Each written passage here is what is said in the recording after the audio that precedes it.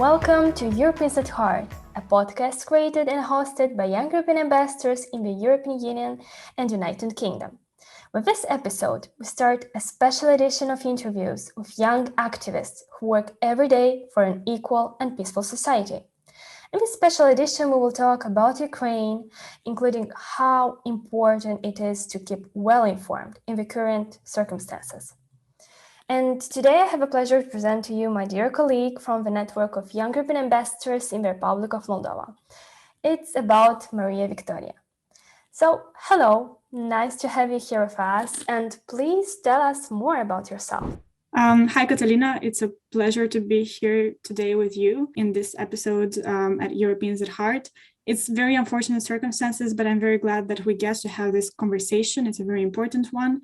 And before I go further into introducing myself, I would just like to mention to all those people that are personally affected from the war, my heart is with you, my soul is with you, and I'm channeling all my energy and I'm sending a hug to you, hoping that and praying for peace and for security for everybody of us and for our dear ones. And if I'm to present myself, I'm Maria Victoria. As you mentioned, I'm a Moldovan national, but I'm pursuing my undergraduate studies in England. I'm doing international social and political studies at University College London. And I believe I've been a young European ambassador for 2 years now, a bit more. I've been a member of the EU for Human Rights team. I've been involved in its events, which implicitly they're based on human rights, promotion of human rights. I've led and participated in disinformation campaigns, workshops, and the Young European Ambassadors Academy, and many, many more activities. Thank you. I think this topic about disinformation, we definitely will talk more about this in this edition and the other interviews also, because in such circumstances that we have right now, it's really very important to keep ourselves safe in front of the propaganda, disinformation, because it's everywhere around if to look at the media. And that's interesting. It's from a citizen of the Republic of Moldova to another citizen of the same country in the current circumstances. How would you rate the actions taken by Moldova in the current humanitarian crisis? So I guess there are many dimensions for which this can be analyzed, and I'm not necessarily a political economist, so I'm just going to analyze it as you said, as this Moldovan citizen. But I would like to firstly mention that I'm very, very glad that we're finally not introduced anymore as the poorest country in Europe, because although empirically this might be true, it is just heartbreaking because it just completely fails to introduce the core of Moldova for this sentence. But now we are introduced as a country with the biggest heart, which I guess is a lot more appropriate. But to answer more concretely to your question, I guess I can have a bottom-up approach to the answer. What is specific to all the structures involved in providing aid is the promptitude with which they reacted. This goes from the civil society to local businesses to NGOs, social activists, and the governance. So in terms of the society, what was very specific was the altruistic response, this manifestation of solidarity in which every single individual was implicated by using their own skills, by own assets and time to provide aid in any form possible. There were people that went to the border to pick up refugees and to provide transportation or help in terms of foods or any kind of other kind of help. Also, in terms of local businesses, NGOs, I guess they play the key role in providing aid because they created the efficient mechanisms. And this was mostly due to our governance's very healthy response. So I believe in this time of crisis, they managed to have a very suitable response in terms of delegating power to separate institutions, and they managed to create a very healthy and efficient relationship with both the civil society and with the social activists. So they decentralized power, which helps to integrate these refugees in workplaces, in schools, and just in general within the society. And I think this social cohesiveness is key not only because obviously to provide social rest, but also because it will further provide revenue generation. What is awaiting for us as a population, as an entire population, and for the state is a very, very hard period of time economically, especially. So although the hospitality and generosity is unmistakable, this refugee influx has to be efficiently managed because there are challenges arising from it. So obviously the aim is not to risk this disillusionment, this fatigue, and ultimately hostility to settle in the society. You said about like finally people know Moldova not like the poorest country and the one with the biggest heart. And I would say like I hope finally this will be the time when people will know what is Moldova, that it's not Maldives. You know, like as Moldova citizen, you know how it is usually when we were speaking with Always like happening. where are you from? Moldova. Oh, Maldives? No, it's Moldova, and we have a big heart in citizens of our country. And I personally can say that I'm really amazed about how unified acted our people. So kind, so open to helping, with fast reaction to all the needs that arose from the current humanitarian crisis. And like all this, knowing that we really have in Republic of Moldova the biggest number of refugees per population number, and this kind of cases of people that are so kind, it's not just like you hear somewhere in the news that someone acted really nice with all the people. No, I personally know like lots of people in my surroundings. I personally am helping the refugees. It's everywhere actually. It's real. And I also know that the YAs in the Republic of Moldova are active in helping the people in need after this tragic situation in Ukraine. And I would like to ask you what actions were taken by now. Could you please tell us more in details? So the young European ambassadors, they had a very active social media presence, especially in the first few days. They had an Instagram takeover where they debunked myths about the Ukraine-Russia war. They showed solidarity in their actions on social media, but also they organized different physical events and protests in Chisinau. They were all involved in delivering supplies to refugees, in volunteering at different refugee centers.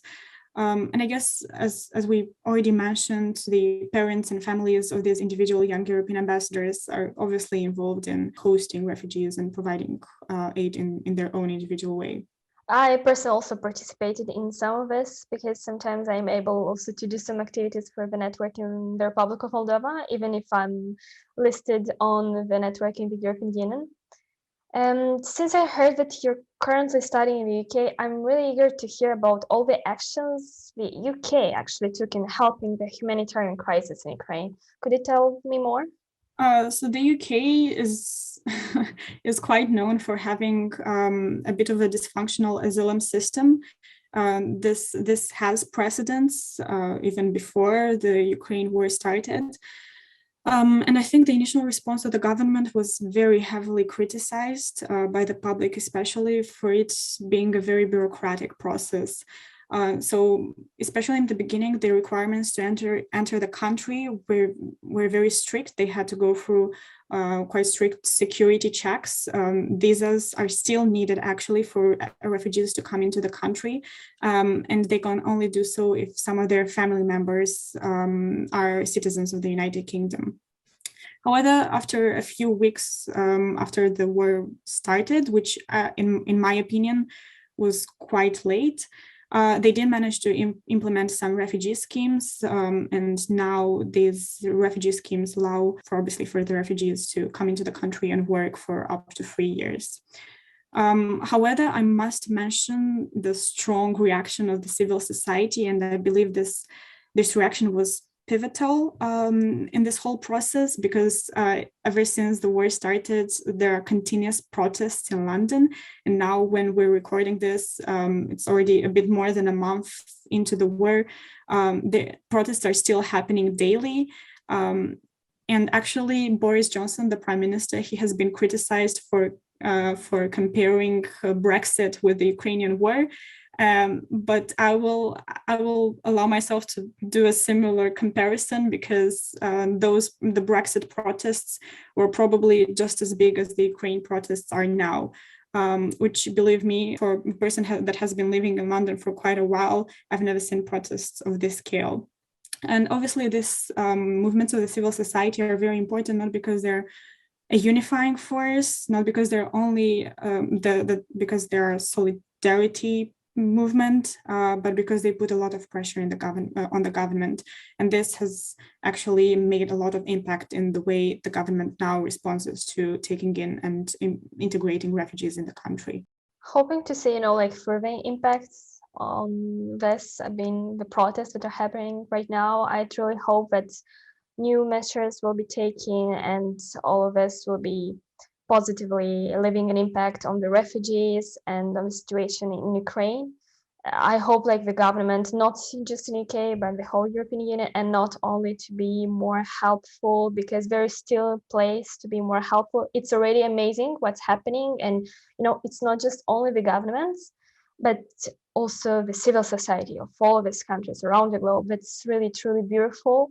And our usual like hashtag stronger together for our YES, I think we can apply it just like for the whole globe. Even like it's beautiful this how we are all standing for Ukraine, but still there's still more things that are possible to be taken in this situation. I think at this point actions are happening. However, the criticism is that they're happening very, very slowly. I've heard actually about some specific projects helping in reconnecting the Ukrainian refugees with their families in the UK. Is that correct? How does it work and how people can apply to that?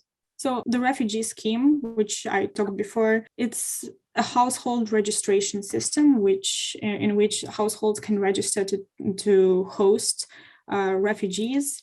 And last time I checked, there were more than 100,000 households that have already signed. I believe now there are even more, and this works on personal connection basis. So obviously, if you have people that you know in the United Kingdom or family members, you can connect with them, and you will receive welfare benefits. I believe it's £350 per month, and obviously the ability to work and to be fully integrated into the society for 3 years.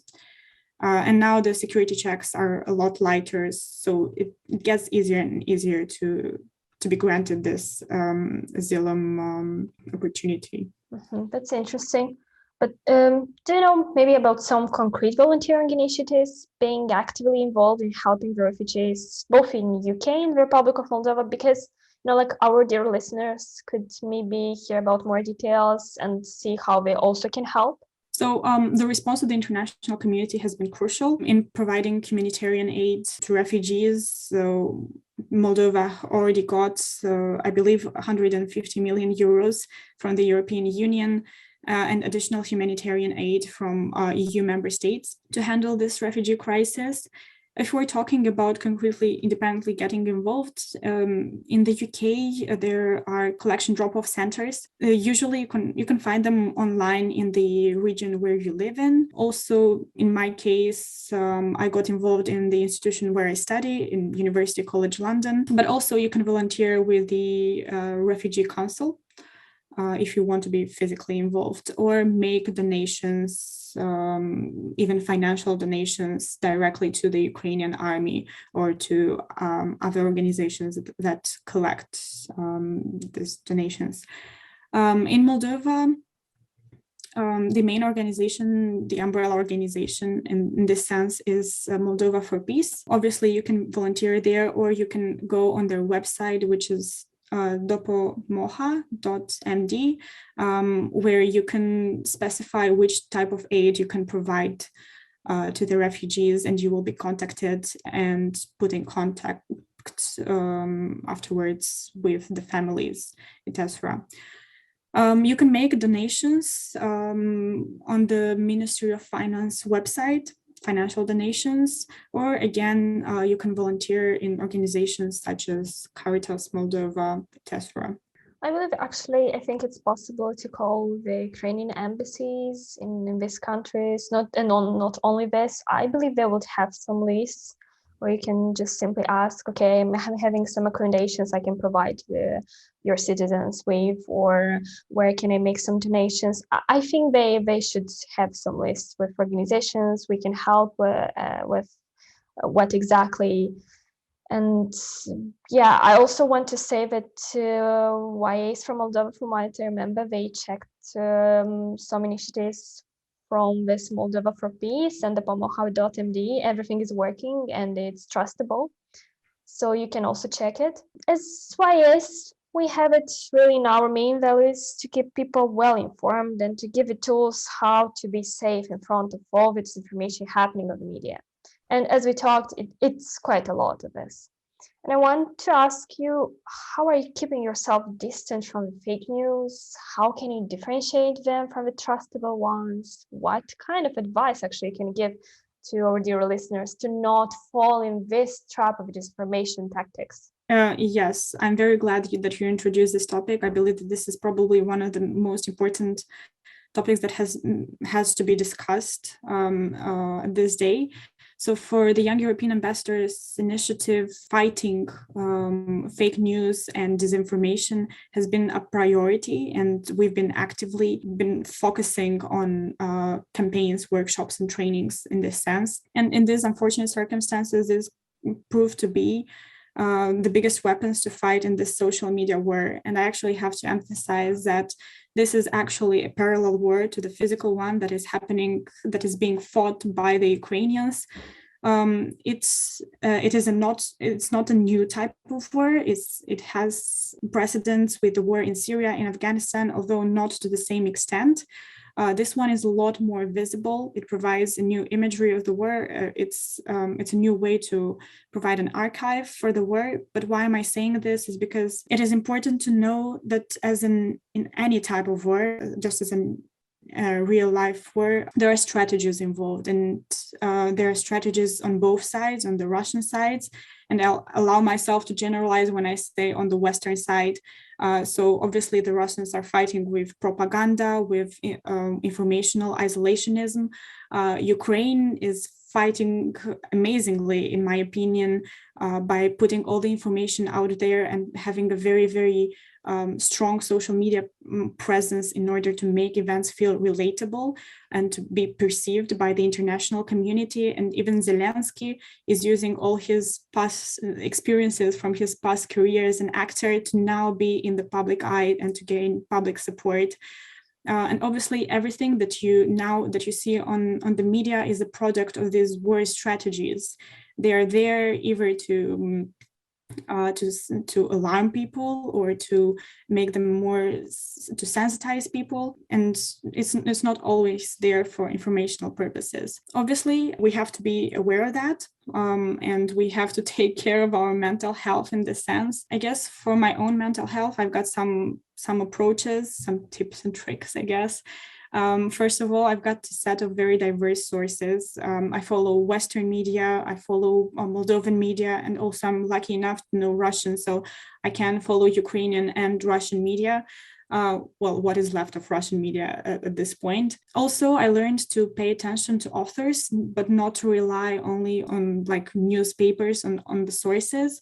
And this is because I think there is a degree of partisanship in any source of information. And for example, in sources such as BBC or The Guardian, you won't find fake news, but you can find partisan opinions, and you just have to be aware of that. Secondly, I never look for political premonitions. It is very tempting to go to people and ask, when do you think the war will end, or to try to find articles on this. However, just to safeguard your mental health, nobody can give an estimate on when the war will end. So I guess just stop looking for answers in this sense. I can add to this that it's good to be prepared when receiving information. And it's a lot better for you to select the pieces of information that you're interested in. Don't just consume everything that there is there in the virtual space. Me personally, I just select information in the fields that interest me, for example, related to the negotiations between Ukraine and Russia. And I avoid at all costs all kind of emotional pieces, especially those that involve children, that involve personal stories or losses, because as I mentioned before, these are a war strategy, and they're there not to inform you, but they're there to create a sense of alertness. And these stories, we usually have the tendency to empathize with this kind of stories, and one single person cannot empathize with so many stories at the same time. It's humanly impossible. I guess also it is very useful to mention that it is necessary to be conscious when posting something.